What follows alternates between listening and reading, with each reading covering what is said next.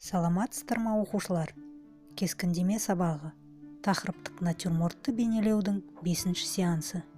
Алдыңғы сабағымызда біз жұмысымызды түспен жалғастырып, ауа кеңістікті ескере отырып, натюрморттың жалпы түстік және рең қатынастарын көрсеттік.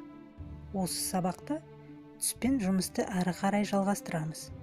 Ендігі мақсатымыз заттардың көлемдік формасын модельдеу және ауа перспективаны ескере отырып, жарық пен көлеңке жерлерін нәзік реңктермен бейнелеу. Жұмысымызға кірісейік.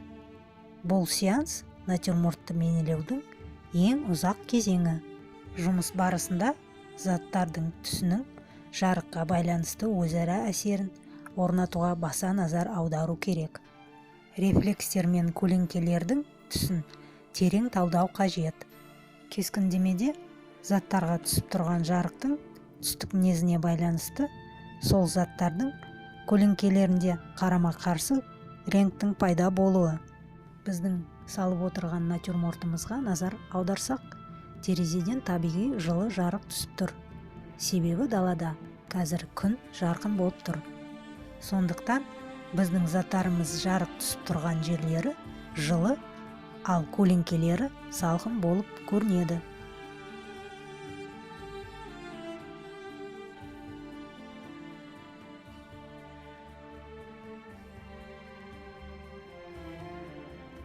Сабаққа қойған мақсатымызға жеттік. Ауа перспективаны ескере отырып, заттардың формасын жарық пен көлеңке жерлерін нәзік реңктермен модельдедік. 5-ші сеансымыз аяқталды.